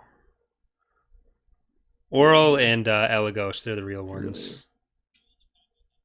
Oral, the kind of dude that never forget your birthday. Is this a shot at me?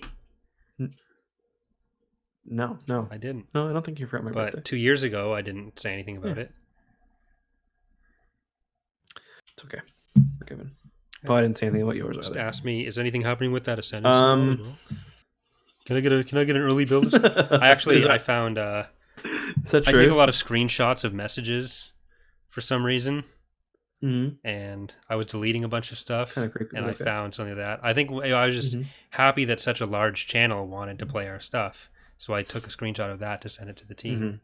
But if you think that's creepy, it wasn't. Was it actually on your birthday? Bringing that up because it was a thing around that time. I think it was like January or February, and everyone knows we're March birthdays of 2018. Interesting.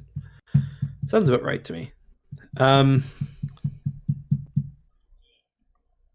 So yeah, at that point, we were saying he kind of decides, okay, I gotta be done with these pirates. We gotta just take the pirates, getting too close to them, and then he really does some questionable shit. Well, Elagos kind of signs off on this, where he's like, I need to find out who I am now. What I'm gonna do is go undercover as my Jedi self and just cause them all. I'm gonna do stuff to just make them lose morale so that everyone kind of quits the pirates. I don't see the direct connection with Mirax, but his plan was very, very very tentative here. The leader of like the group he's a part of is Jacob Knives. He is the leader, right? And basically, he's a pretty good dude. Like he doesn't like killing random people. he tells Corran, like, I hope you rub off on us, i.e., like, I hope we start to be more Yeah, you don't kind want to rather tell than Corran to rub off on stuff because he just takes it the way you'd expect. um and at one point Corran's like, Jacob told me all these fears about becoming like that he was losing himself, and he told me this like in confidence, like late one night, and then he's like, I'm gonna use that against him and go into his mind. Like that's like probably one of the Yeah, most dark side things you can yeah, and do, that's right? Because like Luke even warns him, like you don't fuck with people's minds, like it's a big betrayal, and like we get a lot of that I think in the Thrawn duology as well. And Corran is just like, I'm gonna take this guy's fears, and this guy is not only his fears, but his fears which reveal that he's actually a good person deep down, and use it against him and fucking scare the shit out of him and and this affect does his go back mind to and some of the stuff. conversations he had, especially when leaving the academy with Luke, where Luke is like, look, if Mm, you think it's not just light side and dark side, then you're gonna go to the dark side. And Corran's like, no, I had a hard life, and you don't know my story, and I'm not I don't go to the dark side. And then he tries to say the same thing to Mara, but it basically retrospectively, mhm. a lot of what Luke says ends up being right. It's just some of the Luke's an Yes, idiot does just come from the fact that Corran has that naive perspective of him. it's kind of funny too because Corran later at one point says, when you see people like Darth Vader and Emperor Palpatine who are like so objectively evil, you think like the dark side will be an obvious decision, but really it's Mm-hmm. like the day-to-day thing. And it's like, do I beat somebody up just because I can? But it's kind of weird too because earlier on when he's having that discussion with Luke, he's like, "Listen, I've been places, like I've seen the dark side, like when it's not sexy, like I've seen like a man beat up his wife and stuff." So he can kind of talk the talk when it comes to the like time to do so. He Mm-hmm. does not walk the walk at all. Like he fully embraces it, like on a small level, and he catches himself. Yeah, But and he ultimately, the yeah, end of his, or close to the end of his escapades here, ends up with Shala the Hutt, who's kind of in charge in the local area on Corcus, the planet they're on for these pirates, yeah. and he thinks his big thing is going to be that he's going to go in, he's going to end Shala, and that's really just going to send things into a tailspin. And Elga's like, yeah, nah. And Don't think you he's will, like, bud. no, trust me, I got this. And Elga's like, yeah, nah. And he's like, no, I got this. Yeah, nah. And he does it anyways. He built a lightsaber for all of this out of some like wine bottles that Tavira sent. It was where he got the crystals. But so with his Mhm. makeshift lightsaber, he goes in and then doesn't realize that he's walking into an ambush. The whole thing that they're in explodes. Him and Shala. So Shala gets killed, and he gets like his clothes get blown Mhm. off of him. He absorbs the. He uses Yeah. his force absorption to take in all the fire and make like a big projected Mhm. image of essentially a giant naked Jedi at that point. Look unto my dong in despair. I have become Dom. Destroyer of Salonians. So We'll yeah, leave it he's there. like All right, guys, that's gonna be it for he's the stumbling podcast for home. now. Elagos comes across like drunk again, I see, and then some women laugh at him. It's like you're hanging You know you dong, smell right? bad, You could have projected that field like a couple inches out. He's like, I know, but you didn't. but I didn't. Did I? I'm very comfortable with my body. That's actually the Corellian accent for real. Yes. Speaking of Corellian, we get a lot of the odd thing in this book, of course, because it's the Stackpolian odds. Yeah, Becomes almost like it's not just a thing that was referenced in the movie. Like everyone in the galaxy knows about Corellians and their odds. Luke says it twice within like like, I'm 5 gonna stop you pages. here. We know odds. Yes. That was like my impression of Luke in universe, not me saying don't talk about this because this is one of the best topics we ever go on. Uh, Pretty happy with what I covered though. But yeah, so they like all of the stuff that he's doing here, trying to like bring down morale. It essentially comes to nothing because after Shala blows up, he's kind of put in charge. Told you need to get things in shape around here, and so he starts doing that. He starts getting like as in his guise as Jano Sedanian. He starts saying like, okay, this is all the security stuff we're gonna do. The mysterious Jedi stops attacking, so everyone thinks it's working. And his plan is that he's gonna die. And like he's going to set up his own death, and then everyone's really just going to drop off the face of the earth. And apparently people are really dumb because he like walks into a bar dressed as a Jedi. It's like some Team Rocket level disguise shit, but no one seems to realize it's the exact same dude. He's never around at the same time, but eventually he's like, I'm just drunk all the time. He walks in, he sees some pirates on a corner. He's like, okay, these are my next targets. And turns out they've all got lightsabers because they're Jinsari. Oops. It's like everyone knew the whole time. It was just like kind of sad. It's like, oh look, it's that Jedi again. It's like no one break his spirit. I've never seen him so happy. Elagos actually just put it on everyone. Like, okay, just go along with this. We've got another. Make it look like you're running away. Like, we've got another village over there. He's not going to kill anyone, but just. It's like Corran talks about himself as like a predator. Well, he's like, when I worked in Coruscant, I was a predator. Probably right. He's like, no, I've got Jedi powers. I'm a super predator. Like, not very light side sounding. So this is everyone. Keep this in mind for New Jedi Order. When Kip is just saying, why don't we just do that all the time? And I think Ganner actually specifically brings up what Corran is doing here. So he doesn't just get away with it. Oh, really? I can't remember if it's Ganner. It's either Ganner, Kip, or Anakin that brings it up, or Jason. Probably Jason. Probably Jason, because Jason's the one like questioning everything and spending all his time with Corran until Corran decides he's just kind of going to take the rest of the war off. I did find it funny that the lightsaber crystal he called was like Kubas Zirconia. Yeah. Like I was like, okay. That was a reach. That was pretty funny.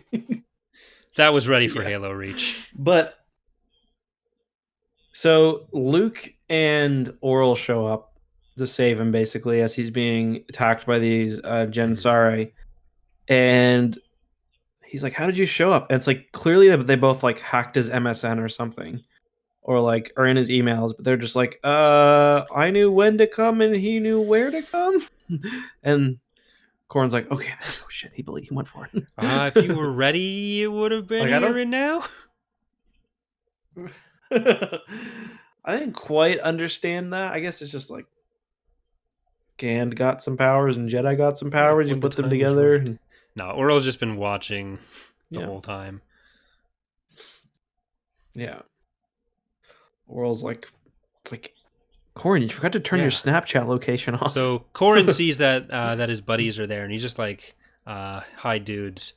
And they decide, you know what, let's just, the plot of the book is really dragging on here. Let's just fly up to the ship, which we know where it is from the Jinsari. They do some interrogation.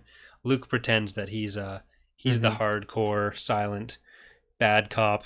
Corran's like, look, I got to get this information from my boss. We'll let you go.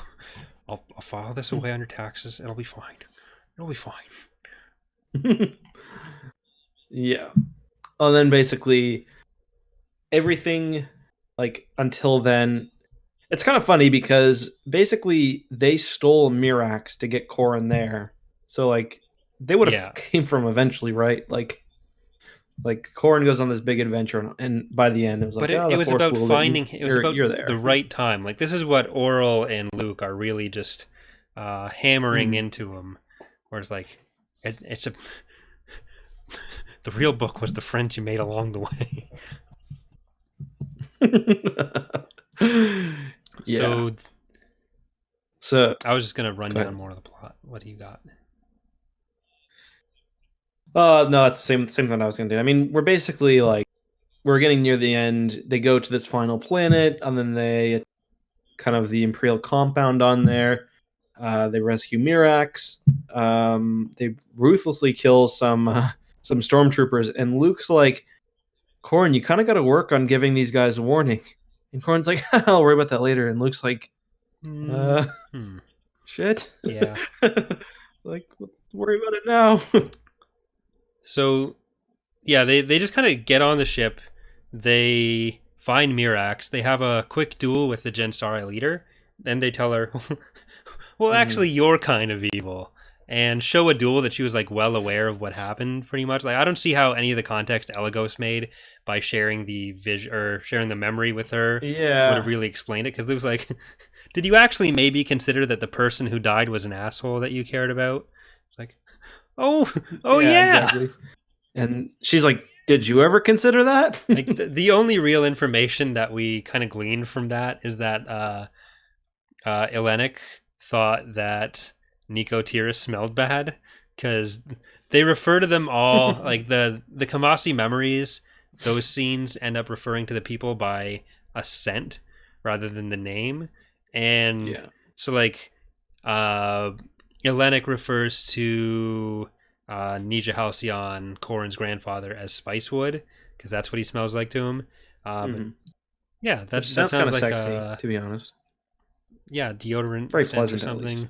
But then Nico Tiras, the Anzadi who they're killing, who's like the former lover of the Gensari leader, which is why she was hunting down Corran, because Corran's grandfather killed her husband. Hellenic calls him Night Sweat. It's like, yeah. It's like taint juice. Yeah, like, truly we have all learned how to cooperate. Hands that have recently touched balls. We meet again. Like, and you know who the other Jedi is there?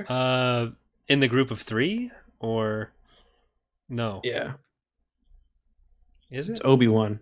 It's supposed to be Obi-Wan. Yeah, I was unaware of that. Yeah, it was. Yeah, it was confirmed at some point, but I think there have been hints, not in the book, but yeah, it's confirmed at some point. It's supposed to be Obi-Wan with them. I forget what they call him. It's Sand something. Sandy Taint actually is. Stinky feet. Oh, that's so silly.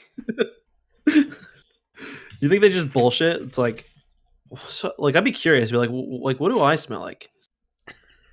Ass. I can't lie. I'm sorry. Like, young unwashed anus. Desert wind. Yeah. Oh, because he lives desert Tatooine later, right? That one. Yeah, they probably just And then the Gensari, they're like, okay, I guess we weren't being that epic.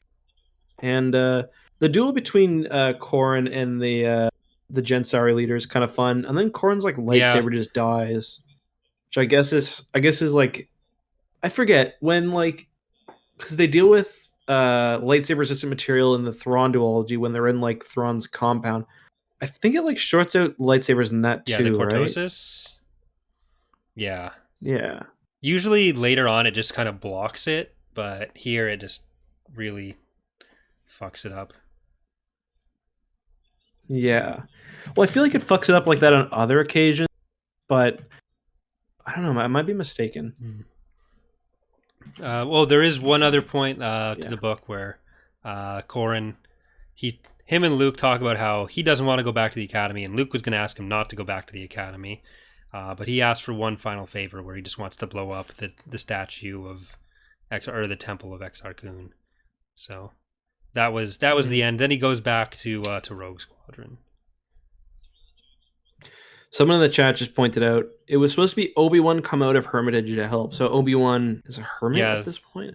I don't know. The timeline is so messed up. I guess that would make, because he's coming from Tatooine. Yeah, but that kind of makes the ages a bit difficult. I mean, the ages were always going to be difficult with this.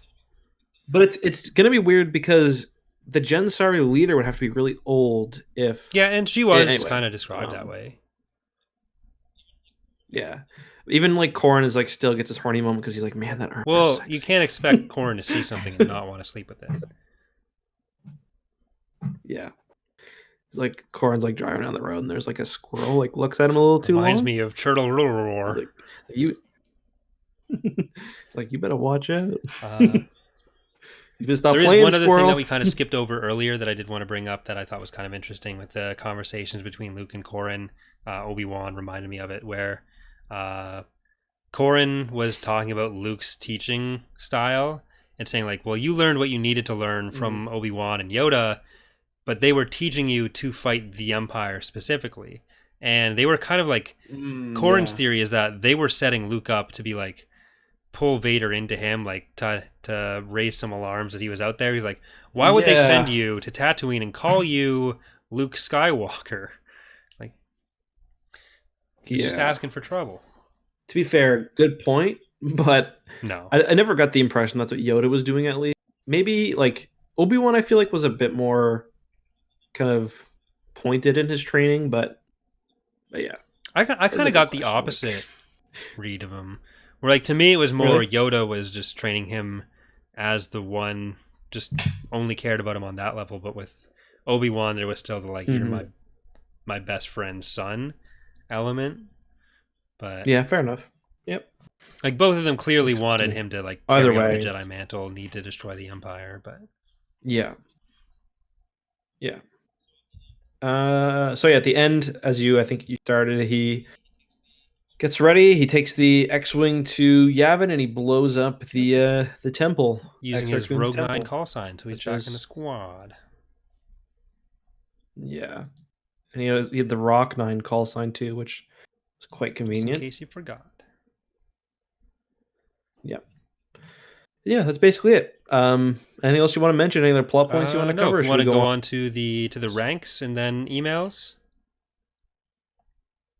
Sure. Do you want to? So go first. First off, we're just gonna basically what we do at the end of the episode is we kind of put it in the list of where our current rankings are. I'm gonna put it on screen here, and I'd like to make some sort of spreadsheet that I can just link on the audio version for people who want to look that up, because it's going to start getting more cumbersome. Then we can just audio listeners can see that as well, rather than us reading it out every time. But we're going to do questions after this, so if people want to just tag us with any questions ideally related to this book, we're going to answer a few emails, and then we'll get to that. So I really liked it. It's kind of in with the this upper tier of books for me, with like all the other X-Wing books and MedStar. So I would probably put it between Iron Fist and Wraith Squadron. Maybe even above. I'm going to put it above Iron Fist. So just below Battle Surgeons. So what are you thinking? Okay. Yeah, like for me, I really enjoyed this too. I thought the perspective was great. I loved how much kind of territory it covered. It is a long book, and it feels long too. Like 400 and I think it's 450 pages. It's not that long of a book for some. That's the hardcover count anyway. Soft cover I have right here. It is 577. So it's quite long for a Star Wars book. And it does, and it feels that length too. Star by Star is like one of the few longer than it. 6 something. It's a thick boy. I'm just looking at it right now. Yeah, real thick. Like don't let Corran check it out. I'm trying to figure out where I want to put it. Like, I think I might put it probably below MedStar as well. Actually, I think I'm. Actually, I'm going to put it, I think, above MedStar and below Rogue Squadron. I'm kind of thinking that too, but I feel like I'm retroactively downplaying how much I like the first. Yeah, that's this exact same thing with me. And like, I feel like if I were to just looking at my list now, I almost switch MedStar and Rogue Squadron, but like, I think I might put iJedi above MedStar, actually. I think that's going to be my above MedStar, but I think below Rogue Squadron. Yeah. Oops. All right. Yeah, I think I'm gonna have to think about it, because I might end up putting it above. But those books are really fun, and like they kind of have like a a looseness that like this book doesn't have. But yeah, so guys, for those wondering, because I'm seeing some questions, these are our rankings right now. These are all the books we've read. Seeing people wondering like, where's Black Fleet Crisis? Just we haven't read it yet. Yeah, these are just the books that we've covered on the podcast so far. Our rankings of them. Yeah. Great book, though. I thought it was really fun. Corran's a fun character. Michael Stackpole writes a good Star Wars. Despite some of the... There's some weirdness in there, but it's like, you read it and you're like, okay. It's fun weirdness, I guess. All right. So we did get a bunch of emails this week. We kind of addressed some at the start, like with the email from Austin, I believe that one was. I'm just going to scroll up so I can see it again. Yeah, from Austin's email talking about Clone Wars questions. We will get to that with our Clone Wars episode, which we're going to do next Thursday, tentatively, in case something else comes up there. Same thing with the KOTOR question from Benjamin. Justin Taylor wrote in once again with a few questions for us. So if you want to take that one.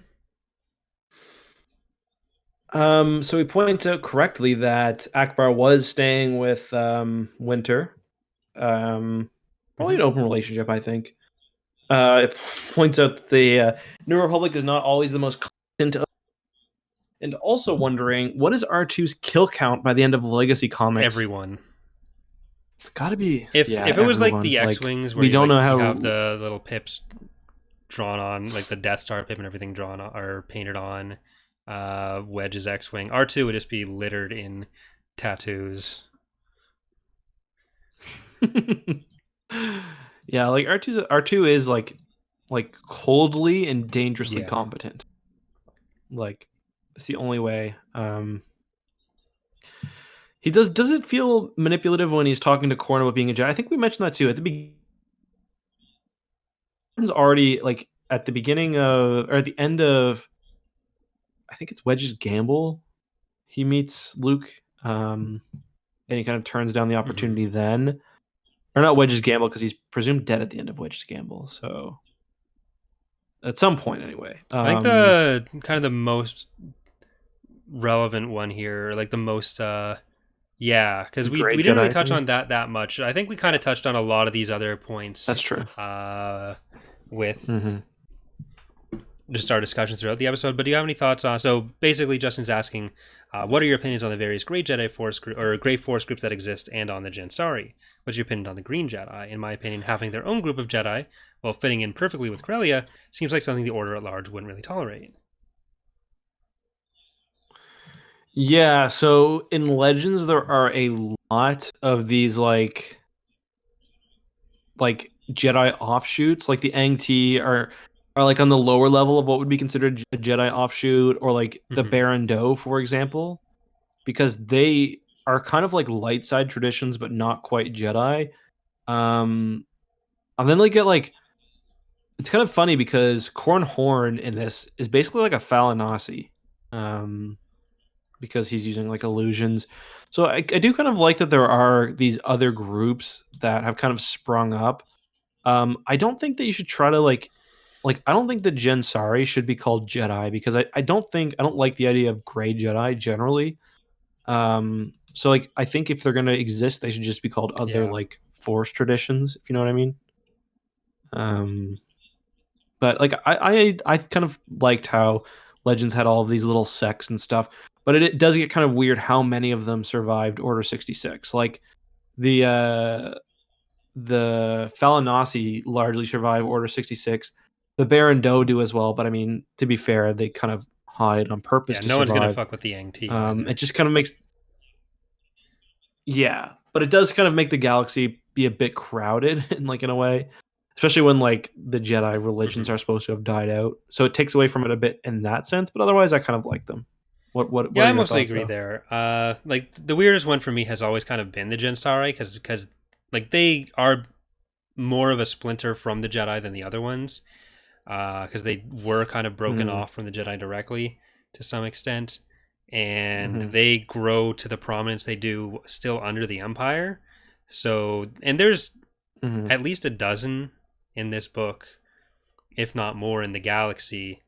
and like they're outnumbering the Yeah, Jedi almost and for Luke's. you don't really Yeah. see them Well, a lot of them afterwards actually do either. go and join Luke's Like, academy, but I do we don't get any of think them by so. name though? Like, yeah, like the Gensari leader, like she's pretty powerful it seems. Although, like when it comes to the actual battle, like Luke easily Hmm. like defeats them because they are for tradition, but they're not nearly Hmm. practiced as like Luke, and he like it's just like describes Luke like tearing through five of them no problem. And even Corran is like a decent match for like, and he's a new Jedi. He's a decent match for the Gensari leader. But the Green Jedi, that's a Yeah. name for Corellian Jedi, I think. Um, doesn't really mesh with what we got later on, but I Hmm. kind of thought it was an interesting. Like, I don't like the idea of Jedi being like sexless hermits, or the hermit part is fine, but I guess like I always thought that. I mean, that's kind of the point. Is I think the Jedi rules are supposed to have been by the time of like the prequels, the Jedi rules are supposed to have gotten a little out of control and too doctrinal and stuff. So it doesn't fit within that because the Jedi in Legends, I guess, before the prequels, I guess they didn't have the idea that the Order would be so kind of not corrupt, but so kind of weighed Hmm. down by rules and stuff. Um, so it's kind of hard to Yeah. reconcile because it's just so different. Then we got Tyler Johnson saying, "Hey man, I'm a huge fan of the podcast and y'all's YouTube channels. I always look forward to seeing new videos and podcast episodes that never a dull or uninteresting episode or video. I'm a dude in school with limited time and Mm-hmm. limited money, so in your opinion, is The Rise of Skywalker novelization worth spending my time and money on? I enjoyed The Rise of Skywalker movie, and there were things in the movie No. I wanted more expansion on. So does the novelization add anything that is actually worth going and reading?" Honestly, if you have limited money, I don't think the nomination adds enough to be worth it. Um, no, I would probably go for something else. I mean, I think like if you really want value out of a movie novelization, the episode 3 one, for example. But just generally, I think there's more you can do. Even like the what's that book that came Visual before it called dictionary? again?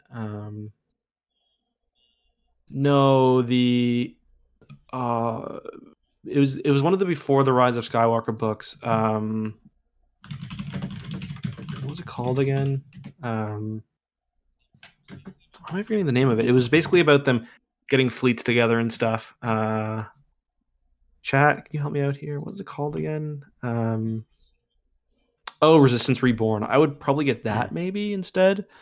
Um, but yeah, otherwise there's lots of other books that you can get. Honestly, if you need a book, I Yeah. would get Lost Stars if you want to do new canon, um, or Thrawn One. But yeah, Yeah, I haven't read it, so I have nothing really to add there. We'll probably get to it at some point on the podcast. Mhm. I've just been spending Yeah, so long trying to catch up on some legend stuff that it's like I've got a decent pile yeah, it's of very low new canon priority. stuff that I haven't gotten to yet, but I hopefully will soon. Mm-hmm. Another good option is to get honestly like if you can afford it, like an Audible membership is good. Like it works out if you only get one book a month, it works out to be cheaper. And all of the audio productions are really well done. So like that's something that I would recommend. And you can get the Rise of Skywalker on there if you want. I think so. The next question is from Ian, and he just says, "It's very disappointed with Alphabet Squadron. Yeah, it wasn't that great in my opinion. Yurika, it's a worst version of Gara Pedithal. Yeah, I can see that. Do you think Kevin J. Anderson had more influence than the quality of his work deserved over the Bantam era? And while he definitely shaped the Bantam era hugely, do you think his stuff holds up today in quality in terms of really recommendable books? I mean, I think besides for the Thrawn trilogy, I think it's pretty standard with what you'd expect in the era. But I mean, the influence he has is huge because he basically sets up the entirety of Luke's future with the Jedi Well, I practicing think him. the biggest thing that Kevin J. Anderson does that's really important, even outside of the quality of like no matter what your opinion of the quality of his work is, positive or negative, is that he was Mhm. willing to kind of bring Yeah, together certain elements of the universe that others didn't. And definitely. he kind of opened the door for others to do that. So I think a lot of what he was doing was very necessary for that if we wanted the continuity to go the way it did, because it could have just as easily been a situation. I spoke about this on a few other previous episodes where Dark Empire kept on going and being its own thing. The Bantam books kept going, being their own thing. One-off books every And time. like if for example, let's say all the books were written by Timothy Zahn, as much as I love Timothy Zahn's work, he is one of the less interconnected of the authors. And eventually he does try to tie everything more together with like Outbound Flight and the plans for the Yuzhan Vong and Survivor's Quest. But yeah, well, mostly his stuff together. But like he's less engaged with the rest of the universe, and he very much like he outright refused to have the Thrawn trilogy be incorporating stuff from Dark Empire, which is why it ended up being set before Dark Empire instead of after. Whereas Kevin J. Anderson, he was willing to be like, okay, this character from over here, this character from over here, and was also fine with other authors doing that with his stuff, and kind of sets the tone for that being the thing to do, leading to us getting an expanded universe continuity that was anywhere near as consistent as it was, which there's a lot of problems there still, but instead of like, it's not just Marvel's its own thing, Dark Empire or whatever, it's at least one universe. Yeah, and I mean, he was also writing stuff like when a lot of new books were coming. Yeah. So that was important. There's like 6 months where 18 books come out, and there's no way all the authors are going to be able to coordinate on that until you get to how Del Rey did it, where it was like where they hired James Luceno to basically tell everyone, okay, this is what you are and aren't allowed to do. Go write your part of the story. Yeah. Good question, though. The last one is from Brightspark, who correctly points out that a good idea for a shirt or poster would be a Corran love tier list. So I responded to this email saying that that would just be a picture of a Salonian, basically. So yeah, we got to go through, and because there's a lot, there's like we can add 3 new ones from this book. I still don't. Merrick's not at the top. It is what it is. Do you see any questions in chat? I don't think there were really any specifically about iJedi or general stuff there. You people asking what's going on, but so I guess we will end this episode for today, guys. I hope you enjoyed this reading and discussion of iJedi. I hope some of you guys are reading every couple of weeks. I know, especially for books like this, it is a lot of, it's a time commitment, especially a little bit easier where I know a lot of people have some extra time with COVID and whatnot, but like this book takes a while to put down or put away. So thanks everyone who's reading. Thanks to all the emails. Again, you guys can email us future questions at Tapcaf Transmissions. That's TAPCAF transmissions@gmail.com. And as I said, next time we are covering Han Solo at Star's End.